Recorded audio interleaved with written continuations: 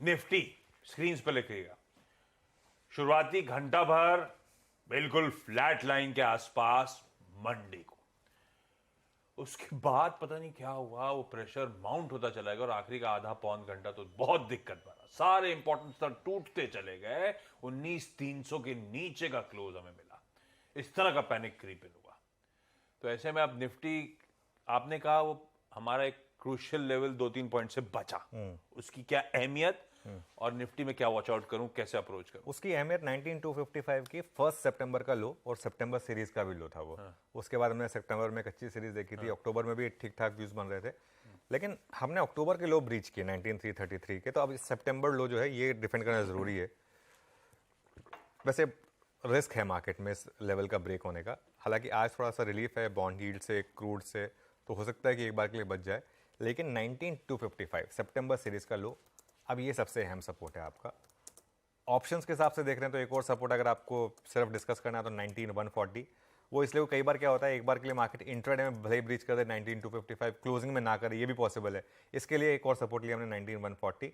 लेकिन मैं ये कहूँगा कि आज ये जो पहली रैली आएगी ना, इसमें तो सेलिंग आ जाएगी। हर कोई वेट कर रहा होगा कि बस रैली आए और मैं निकलूँ।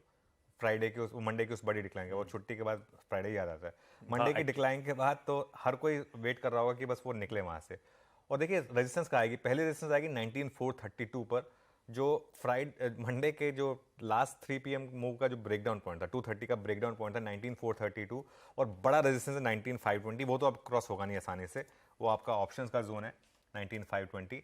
तो आपको करना क्या है, दो चीज़ों का ध्यान रखें, एक तो रैली फेल हो तब सेल करें, और वो भी एक जोन है पर्टिकुलर 19350 टू 400। मैं ये नहीं कह रहा हूं कि 19350 आती है आप सेल कर दें, नहीं, 19350 टू 400 की रैली अगर फेल हो जाए तो उसमें सेल करना है आपको, और एक स्टॉप लॉस लगाना है 19432 का। ये आपकी सेल ऑन रैली, जो मार्केट, मुझे मतलब थोड़ा बुरा लगता है सेल वाली ट्रेड देने का, लेकिन अगर मार्केट का मैसेज ये है तो फिर उसमें आपको ही करना पड़ेगा। तो 19350 टू 19400 के जोन में अगर लगे कि मार्केट कोलैप्स कर रहा है तो सेल करें 19432 के स्टॉप के साथ, और बाइंग करनी है सिर्फ अगर स्टेबिलिटी आए, और उसमें 19255 का स्टॉप लॉस लगाना है आपको। और सारी पोजिशनल कॉल के लिए भी, सारी पोजिशनल लॉन्ग्स के लिए भी अब आपका स्टॉप लॉस 19255 ही रहने वाला है। 19255 ये है अहम लेवल। खैर, खुलने दीजिए बाजार, थोड़े से समीकरण जो ईज ऑफ हुए हैं, कंफर्ट में आ रहे हैं, उससे हम क्या पॉजिटिव रिएक्ट करते नहीं करते हैं, स्क्रीन पे होंगे और बातचीत होती रहेगी आपसे, कैसे स्ट्रैटेजी बनानी है, कैसा मूड माल दिख रहा है, उस पर होगा डिटेल में फोकस। निफ्टी बैंक लार्जली बेहतर कर रहा था, किसी आईसीआईसी बैंक के नंबर्स, कोई HDFC bank largely hold on कर रहा था, पूरा सेशन ऐसे ही चला। जब निफ्टी प्रेशर में आ रहा था तो भी निफ्टी बैंक बेहतर शेड था, पर जाते जाते सब गड़बड़ा गया मामला।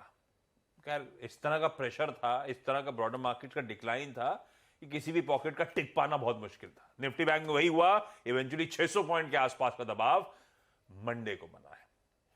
आज दिन सुधरेगा तो मैं होप कर रहा था कि अच्छे अच्छे नंबर्स पे शायद कुछ रिएक्ट करें, मंडे को तो मौका दिया नहीं बाजार ने, लेकिन क्या करें निफ्टी बैंक में। देखिए मेरे ख्याल से आज थोड़ा आईसीआईसीआई बैंक चलना चाहिए वैसे, क्योंकि मंडे को तो पूरा का पूरा सिर्फ उसी वजह से कोलैप्स हुआ था, बड़ा नंबर्स अच्छे थे, कोई दिक्कत नहीं थी, पूरे दिन तो ग्रीन में ही था, लास्ट में वो भी कोलैप्स हो गया था। खैर, बैंक निफ्टी 43,194 के 200 डे मूविंग एवरेज के नीचे बंद हुआ। अच्छा, ये चीज़ हमने लगातार डिस्कस की थी कि बैंक निफ्टी जा रहा है 200 डे मूविंग एवरेज पे, एक बार तो जाएगा, एक बार तो टेस्ट करेगा वो। उसने कर लिया मंडे को 43,194, ऑलमोस्ट वहीं बंद हुए हम। वैसे लो तो उससे भी काफ़ी नीचे था, लेकिन चलो ठीक है, बंद हुए हम 200 डे मूविंग एवरेज पर ही। अब यहाँ पर देखिए प्रॉब्लम क्या है बैंक निफ्टी में, बैंक निफ्टी में रेजिस्टेंसेस जो है वो सीधा पहली आती है 43,519 पर, जहाँ से हमने मंडे को कोलैप्स दिखाया, और दूसरी रेजिस्टेंस 43,831 जो कि आपका मंडे का हाई था। अगेन सेम स्ट्रैटेजी है, रैली फेल होती हुई दिखे तो एक सेल करें, और उस सेल कॉल में स्टॉप लॉस होगा आपका 43,519 का। थोड़ा बड़ा है स्टॉप लॉस, लेकिन इतना गिरा था बैंक निफ्टी 600 पॉइंट, तो 300 पॉइंट तो रिकवर कर सकता है एक बार के लिए। क्रूड भी नीचे आया तो उसकी वजह से थोड़ा तो इम्पैक्ट आ सकता है यहाँ पर। और पहला सपोर्ट है आपका 43,000 पर ऑप्शंस के हिसाब से, और बड़ा सपोर्ट है 42,600 पर, वो जो मई का लो था उसके हिसाब से। स्टेबिलिटी आए तभी बाय करना, सिर्फ 43,000 के स्टॉप के साथ। एक और चीज़ बोल रहा हूँ मैं, अगर आपने पिछली रैली मिस कर दी, या अगर आपने अब तक अपनी एसआईपी स्टार्ट नहीं की है, या आपने अगर एक अब तक लॉन्ग टर्म के हिसाब से इन्वेस्ट नहीं किया है, ये जो फेज़ है ये आपको एक और फेज़ दे रहा है बाय करने का। और घबराना नहीं है इसमें, ये चीज़ें चलती रहती है मार्केट में। इक्विटी मार्केट का काम ही यही है। इक्विटी मार्केट कभी वन लाइन में नहीं चलती है। फिक्स डिपॉजिट छोड़ना है आपको, फिक्स डिपॉजिट में तो आपको पता है कि आपको इतना इंटरेस्ट मिलेगा, इतना ही मिलेगा, ना अप ना डाउन, इतना ही पैसा आपको पता होता है कि जिस दिन मैंने फिक्स डिपॉजिट किए 18 महीने बाद या 21 महीने बाद मुझे इतना पैसा मिलेगा।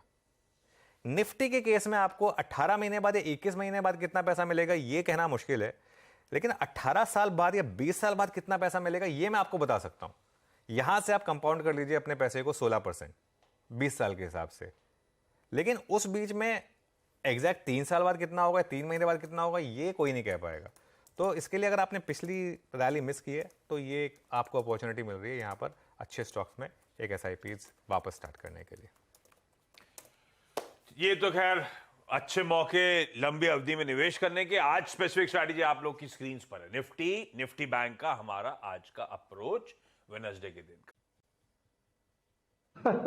बाहर से सनलाइट आ रहा, आज लाइटिंग थोड़ी अच्छी है। अच्छा, तब वो वैसे राइट फोटो में सुंदर, ये थोड़ा डायरेक्टर साहब अपडेट करो यार, धर्मेश जी की नई फोटो लगाओ। चलो अच्छा, ये हो गए आज के सारे प्रेफर्ड पिक्स। अब खोली जाए खबरों के सिलसिले का पिटारा। भाई रिजल्ट सीजन तो अब एक्चुअली आज ऑनवर्ड्स पिकअप होगा, पर फिर भी कुछ इंटरेस्टिंग कंपनीज के नंबर्स आए थे, उन्हीं के साथ शुरुआत करता हूं। पहला फार्मा है, टोरेंट फार्मा। सतपुते साहब आप चार्ट रेडी करो जब तक। टोरेंट फार्मा के नंबर्स आए थे मंडे को बाजार बंद होने के बाद। इनलाइन कह लीजिए पहले तो परफॉर्मेंस, इनलाइन कहूं या थोड़ा सा अहेड ऑफ एक्सपेक्टेशंस, तो अच्छे ही नंबर्स कह दीजिए। आय में 16% का जंप, यही 16% स्ट्रीट एक्सपेक्ट करके चल रहा था। उसके सामने लेकिन ऑपरेशनली परफॉर्मेंस इंप्रूव हुआ है।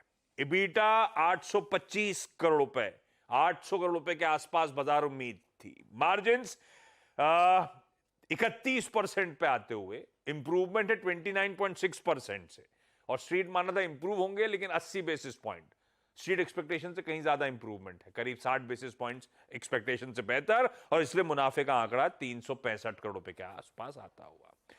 तो बढ़िया है, नंबर्स कंफर्टिंग है, इनलाइन है, लार्जली परफॉर्मेंस को ड्राइव कर रहा है। इनका जो ब्रांडेड जेनरिक का मार्केट्स है उसमें मार्जिन इंप्रूवमेंट्स हुए थे, उसका फायदा मिलता हुआ। हाँ, एक चीज ध्यान रखिएगा, ये हिंदुस्तान का धंधा तो ठीक, यूएस के जो नंबर्स आए वो एस्टिमेट से थोड़े कमजोर है, और बाजार क्लोजली वॉच आउट करता है यूएस के परफॉर्मेंसेस फार्मास्यूटिकल कंपनीज के। खैर, नंबर को ग्रीन ही रखा जाए, नंबर के लिए आज नंबर तो ठीक ठाक है सतपुते साहब, लेकिन चार्ट का प्लेसमेंट, प्राइस वॉल्यूम एक्शन क्या तस्वीर बयां कर रहा है। उससे पहले टोरेंट फार्मा पे जो ब्रोकरेज के रिपोर्ट्स आए, डायरेक्टर एक मिनट अभी का स्टॉक दिखाइएगा एक बार प्लीज।